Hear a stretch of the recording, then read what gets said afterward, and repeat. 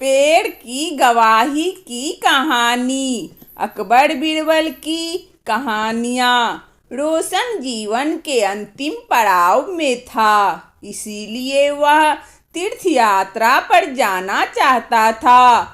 उसने अपने जीवन भर की कमाई एक जगह एकत्रित कर रखी थी।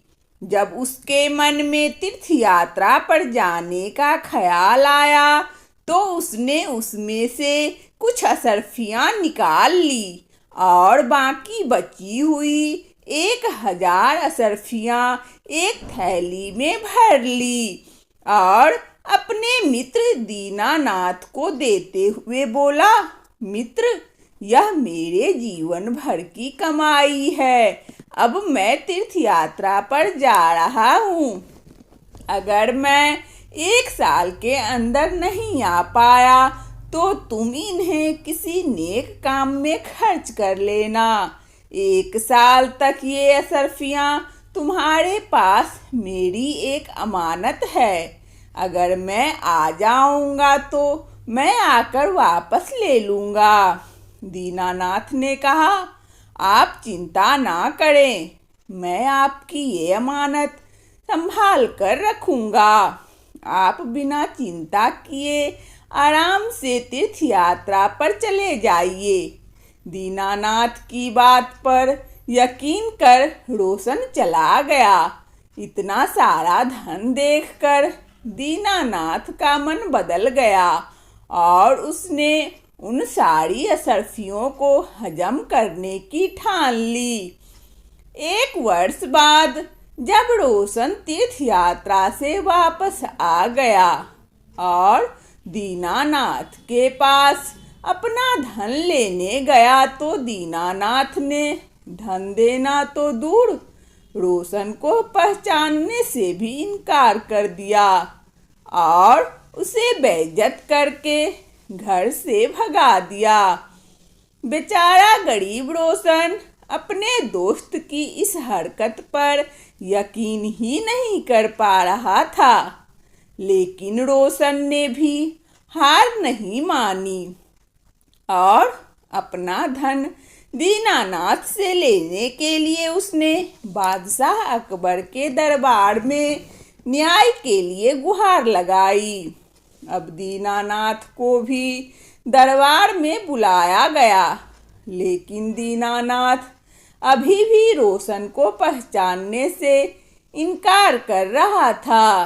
रोशन के पास अपनी बात को साबित करने के लिए ना तो कोई गवाह था और ना ही कोई सबूत। सच्चाई का पता करने के लिए बादशाह ने ये मामला बीरबल को सौंप दिया। बीरबल ने दोनों से दोबारा पूछताछ की, लेकिन दीनानाथ अपनी बात पर अटल रहा।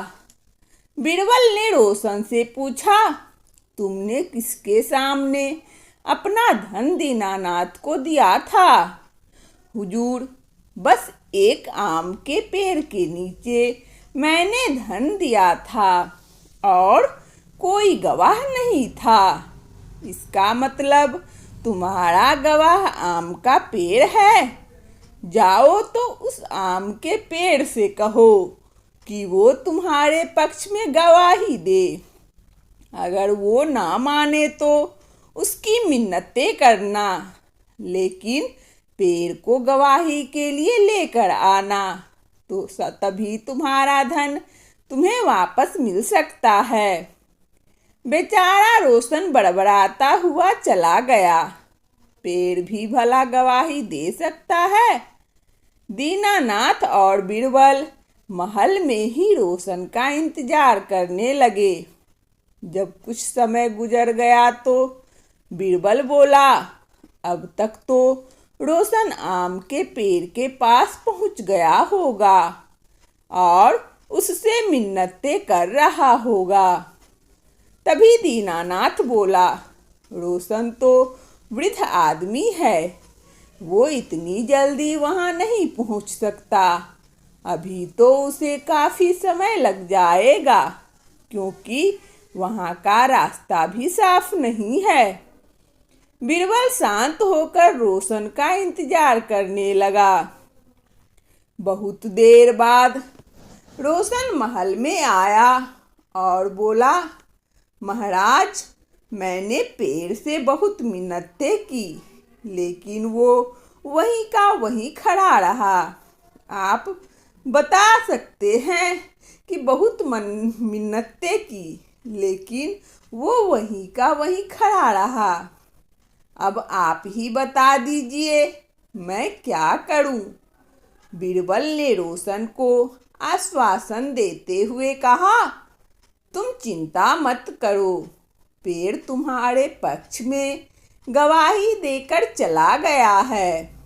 दीनानाथ ने आश्चर्यचकित होकर पूछा, पेड़ कब आया?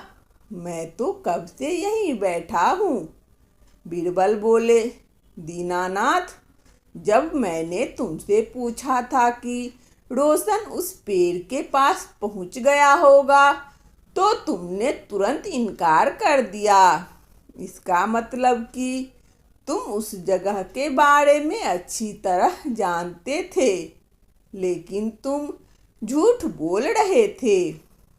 अब तुम सीधे सीधे अशरफियों के बारे में बताते हो या मैं अपने तरीके से पूछूं? बेचारे दीनानाथ ने डर के मारे सब कबूल कर लिया। उसने रोशन से माफ़ी मांगकर उसका सारा धन वापस कर दिया। वंदना स्टोरी चैनल में इस कहानी को सुनने के लिए आप सभी श्रोताओं को बहुत बहुत धन्यवाद। यदि हमारा कहानी अच्छा लगा हो तो कृपया लाइक और सब्सक्राइब अवश्य करें, ताकि नोटिफिकेशन सबसे पहले आपको मिले। धन्यवाद।